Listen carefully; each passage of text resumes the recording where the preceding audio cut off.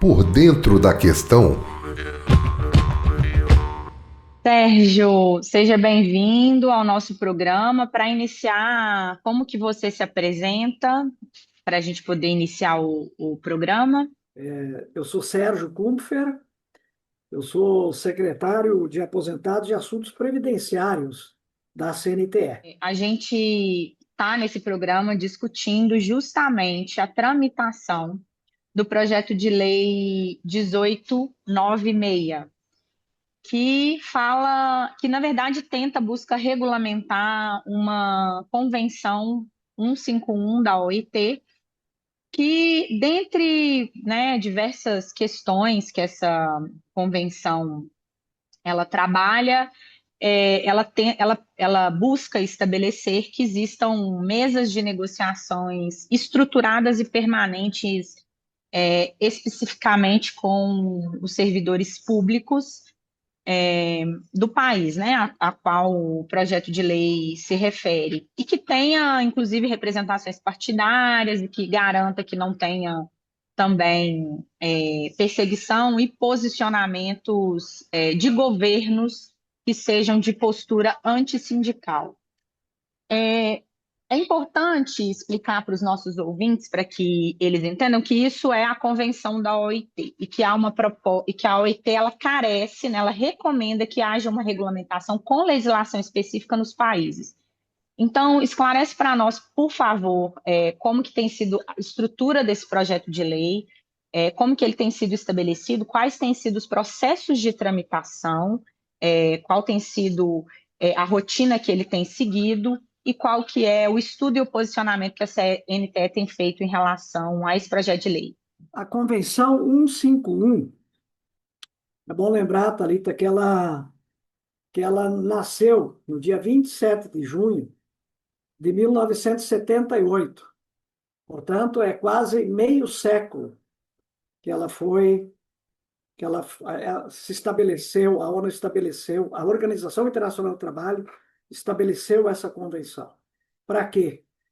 Para que existisse o direito de sindicalização pelos servidores públicos, para os servidores públicos, para que exista negociação coletiva e permitir que os trabalhadores tenham voz ativas diante dos governos e estabeleçam mesas de negociações para dirimir conflitos que possam haver por parte dos interesses do governo e por parte dos interesses dos trabalhadores.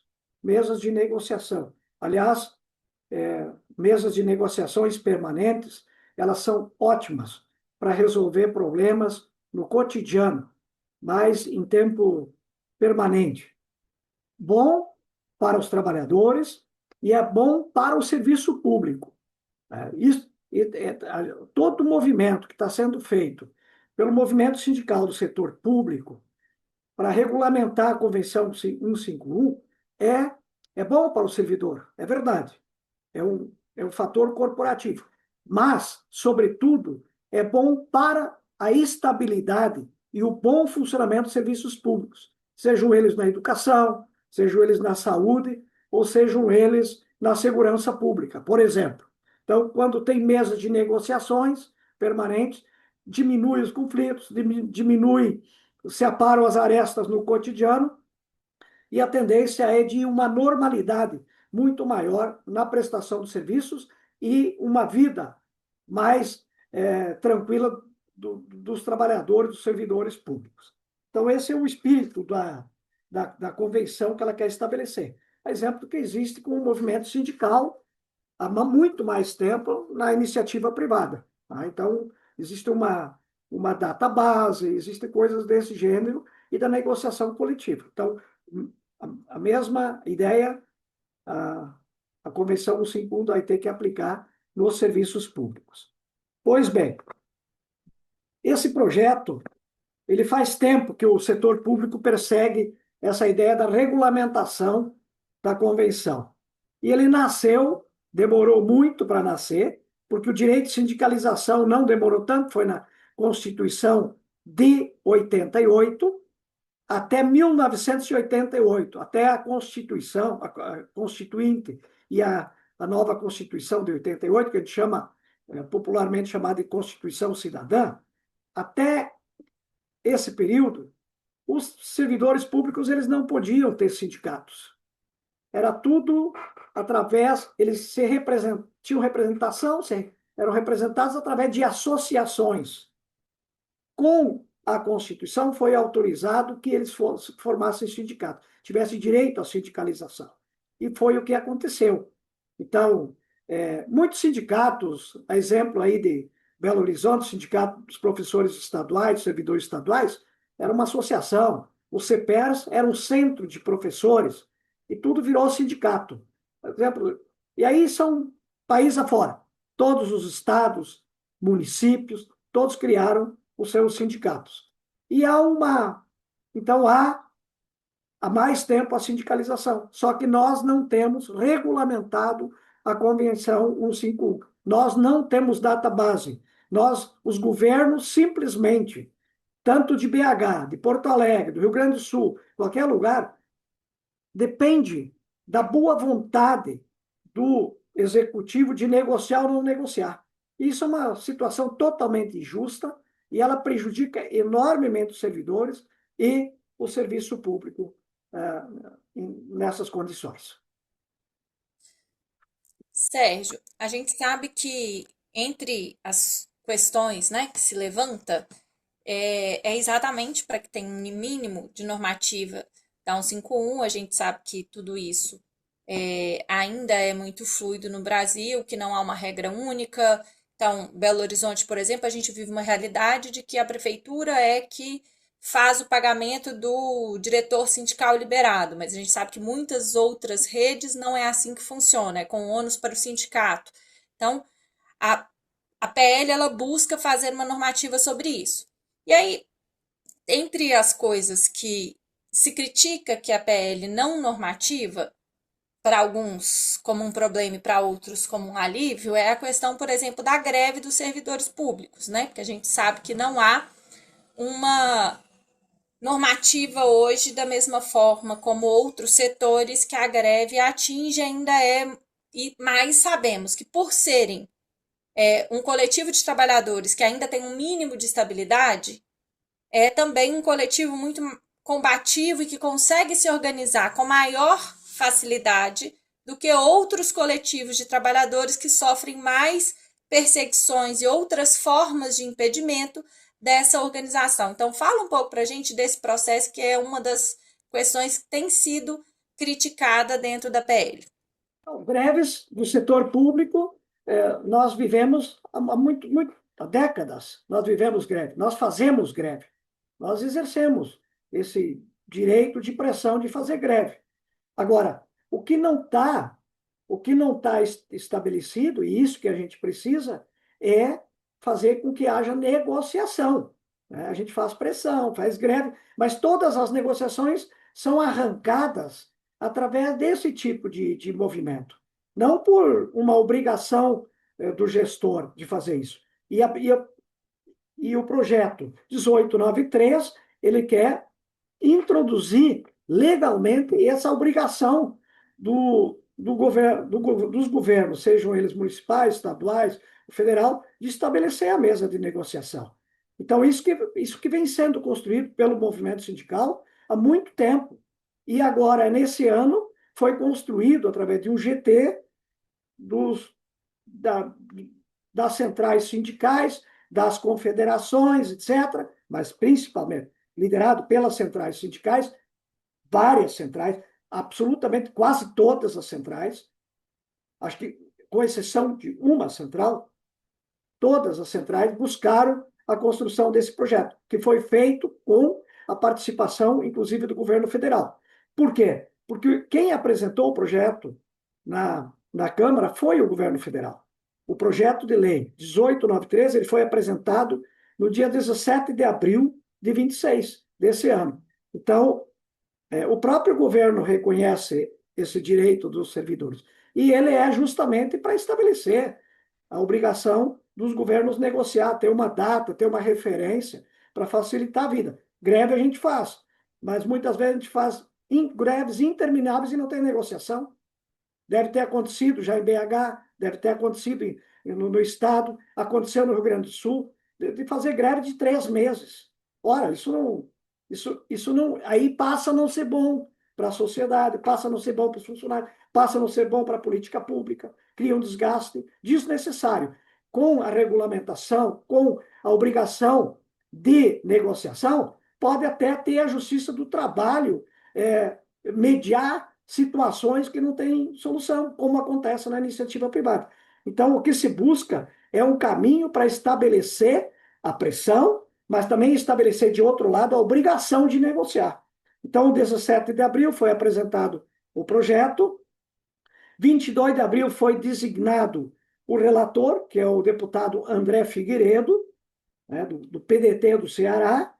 No dia 27 de abril foi apresentado o requerimento para a criação de uma comissão especial para analisar a proposta e já começou a tramitar, foi produzido, né, um parecer sobre o projeto, e aí começou, quando chegou esse parecer na Câmara, começou a disputa, né, em torno de quem representaria os trabalhadores do setor público. E aí criou, de certo modo, um impasse entre o movimento sindical e associações de classe que querem ocupar esse espaço da negociação também. Não sei se vocês aí em BH têm associações também, que no paralelo querem participar das negociações ou não, mas isso é que se estabeleceu, então, um conflito de interesses em torno do projeto entre associações e o movimento sindical, que é o que estrutura, né, toda a representação da classe trabalhadora.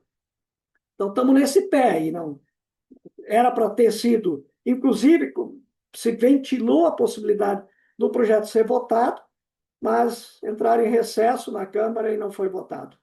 Vamos ver agora no retorno.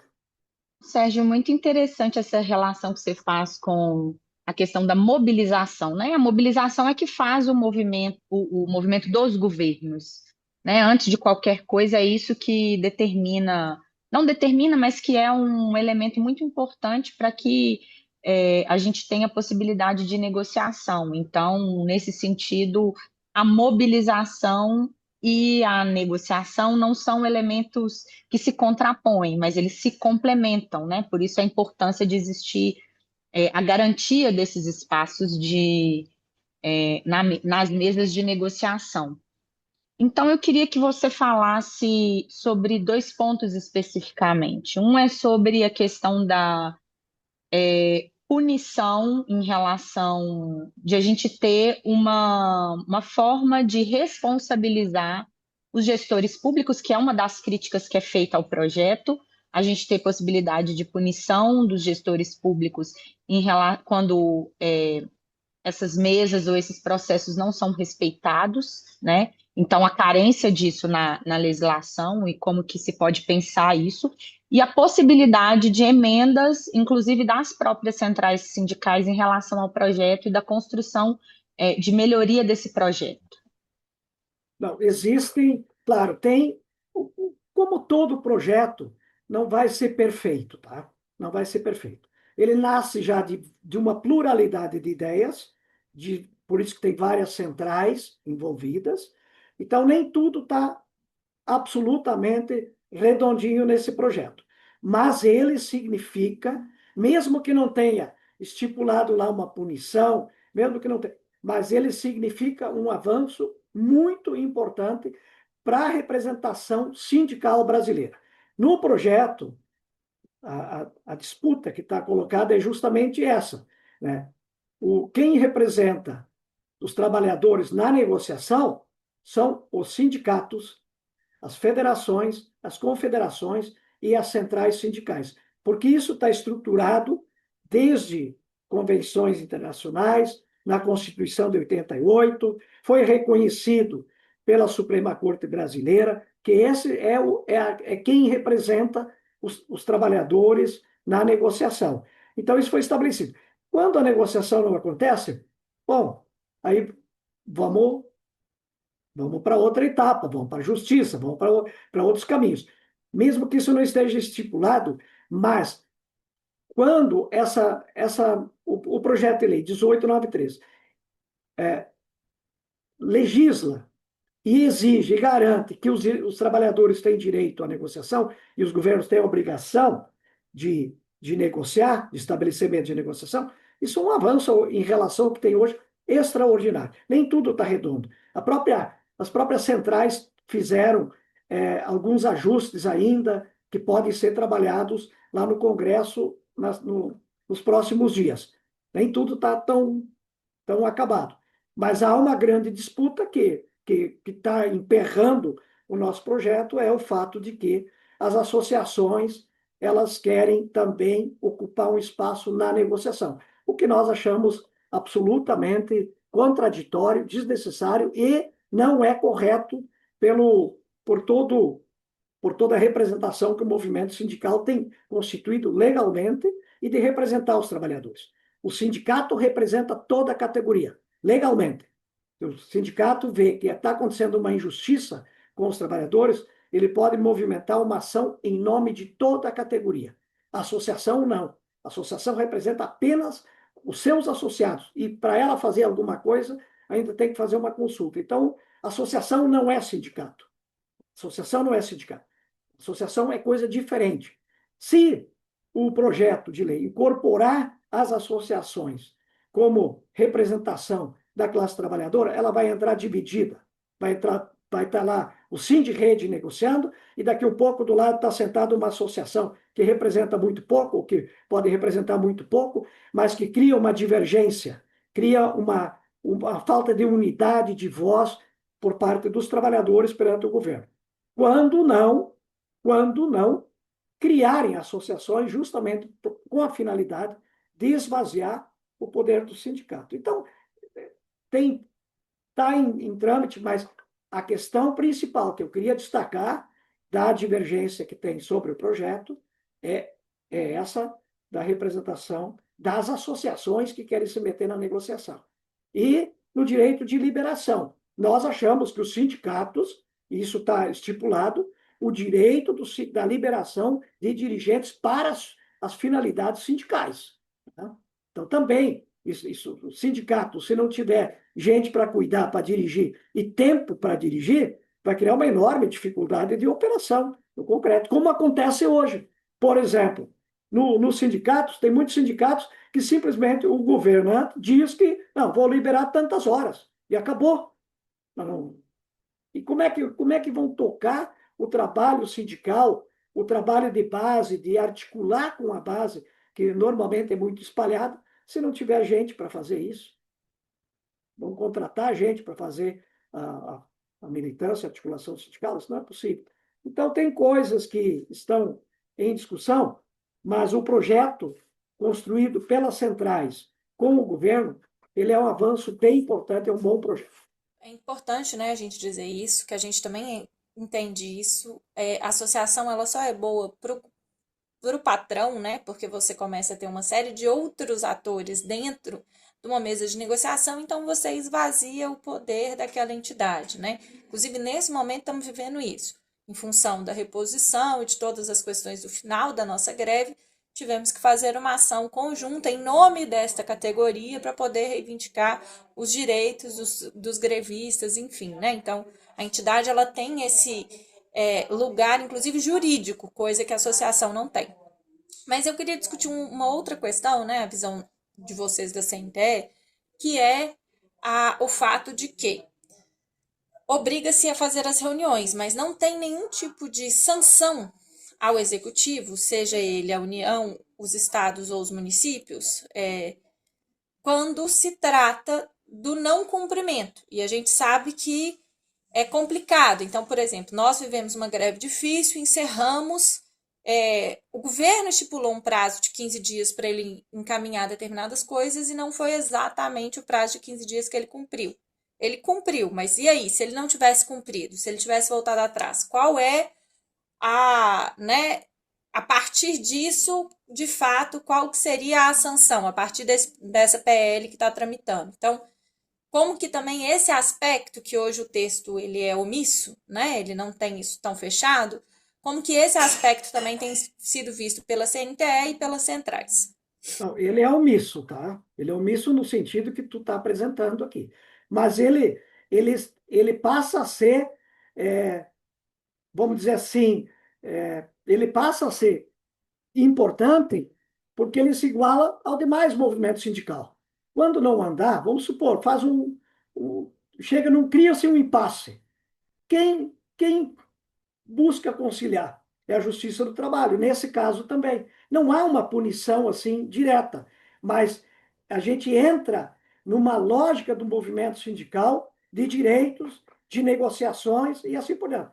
Claro, nem tudo vai ser resolvido por esse projeto, é verdade. Mas eu acho que, nesse caso aí, nós vamos entrar nos direitos de ordem geral do movimento sindical, né? Nós vamos fazer a nossa disputa, vamos fazer nossas mobilizações, nossas negociações, e quando não der, a gente recorre à justiça. A própria Justiça do Trabalho pode ser auxiliar nesse caso.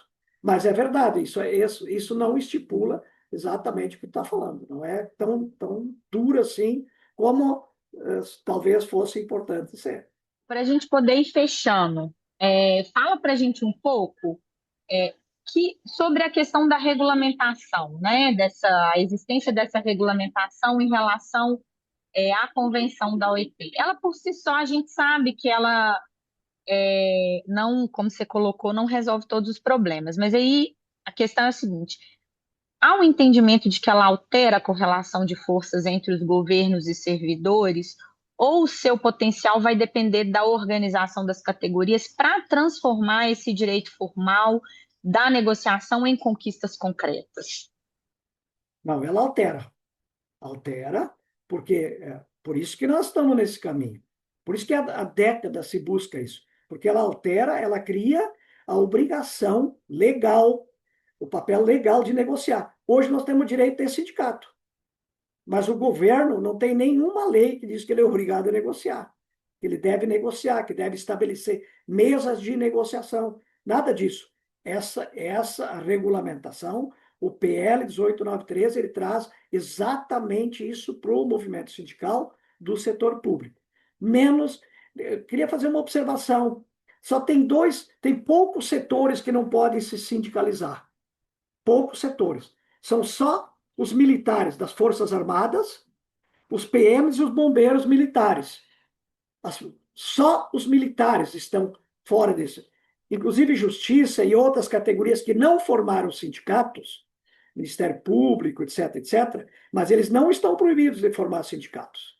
Então, todo o setor público, exceto os militares, que estão excetuados pela Constituição, que não tem sindicato, só os demais todos vão ter, vão olhar para o governo, não, vocês vão ter que negociar conosco. O governo vai olhar para a legislação brasileira e vai ter que negociar, porque essa vai ser a nova lógica de relações entre os setores públicos e os seus patrões, que são os governos das três esferas. Então, vai criar uma regulação diferente, uma legislação diferente em relação à relação que vai se estabelecer entre os trabalhadores e os governos. Então, é diferente. Não é, ela é uma nova situação que vai melhorar muito a nossa condição. Hoje, se eu não quiser negociar, não vai negociar e tal. Com essa legislação, ele vai ter que negociar. Se ele vai cumprir, se ele vai fazer exatamente o que nós queremos, isso não. Isso está atrelado à capacidade de mobilização e de luta, como sempre esteve. Nós nunca conquistamos um direito. Foi sempre mais fácil com governos populares? Foi. Os avanços com governos populares, democráticos e populares, sempre são melhores, são caminhos mais abertos para que a luta, de fato, produza diferença. E governos de direita e de extrema-direita, a gente sempre sabe o resultado. Sempre temos ataques a direitos rapidamente, como aconteceu com o golpe de 16, como aconteceu com a eleição da extrema-direita em 18. Nós tivemos aí um combo objetivo e rapidamente aprovado, que foi a reforma trabalhista, previdenciária, as flexibilizações e assim por diante. Então, os governos de direita, de extrema-direita, eles sempre vão produzir esse tipo de política sobre os trabalhadores. Mas isso faz parte, né, da disputa, da luta, da construção que as classes trabalhadoras podem fazer. E nós nunca vamos poder abrir mão da luta, da organização e da luta. Essa é a nossa força, né, de estabelecer uma negociação mais igualitária, com mais vantagens de avanços na negociação, é quando a gente tem as categorias mobilizadas. Vocês sabem, se vocês estão com um sindicato desmobilizado, vai sentar com o gestor, vai ser uma condição inferior a um sindicato quando vocês estão com a categoria mobilizada e na rua. É outra coisa. Então, sempre vai haver isso. Mas, dessa vez, com a aprovação desse projeto, o governo vai ter a obrigação de sentar e negociar. Se vai chegar a um termo A, B ou C, bom, isso é muito difícil, mas de a gente prever e alguma coisa, mas que vai ser uma condição melhor, não tenho nenhuma dúvida. E quando a gente tem negociação coletiva, nós estamos falando numa rádio que tem gente da comunidade ouvindo. A comunidade ela quer serviços públicos de qualidade, quer educação de qualidade. Se ela quer educação de qualidade, ela tem que ter professores bem remunerados, com formação, com estabilidade, entrando pela porta da frente com concurso público, com boa condição de trabalho, com escola qualificada, com recursos destinados para a educação. Isso tudo faz parte dessa disputa e que os sindicatos sempre colocam. Os sindicatos sempre vão estar ao lado dos trabalhadores. Quanto melhor uma política pública for melhor executada pelos seus trabalhadores, né, que são os professores, que são os médicos, são os enfermeiros, melhor vai ser para a comunidade. Isso não tenha nenhuma dúvida que a negociação coletiva, a mesa permanente, vai estabilizar mais os serviços, vai criar melhores condições de executar políticas públicas mais qualificadas. Sérgio, para a gente finalizar, tem alguma coisa ainda assim que você acha importante de destacar com relação a essa questão da PL e dessa possibilidade de ter uma convenção trabalhista para os servidores públicos? Eu gostaria só de dizer o seguinte: a CUT e as demais centrais sindicais que estão fazendo esse movimento pela aprovação do projeto, como ele foi encaminhado pelas centrais e pelo executivo, pelo governo, ele representa uma conquista histórica, não por obrigar, como vocês expressaram aqui, mas por reconhecer formalmente a negociação coletiva do setor público, valorizar os servidores e contribuir para que as relações de trabalho sejam mais democráticas e transparentes, além de adequar a nossa legislação brasileira à Convenção da Organização Internacional do Trabalho. Então, seria esse o nosso recado assim, mais importante, e a gente torce para que seja aprovado e tenha negociação coletiva e mesa permanente. Muito obrigada, Sérgio, pela sua participação, pela sua disponibilidade, né? E esperamos poder aí contar com a participação de você em outros momentos. Obrigada, Sérgio. Obrigada pela participação. Obrigada por você aceitar participar do nosso programa. E a gente segue aí na possibilidade de mais diálogos. Sempre à disposição, sempre à disposição. Thalita, Carol, para o nosso sindicato, o Sindirede de BH, porque essa questão do direito não cai do céu, né? Ou a gente cuida ou eles vão embora, né?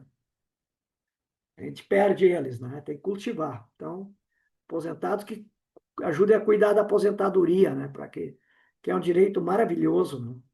E direito bom direito é se aposentar.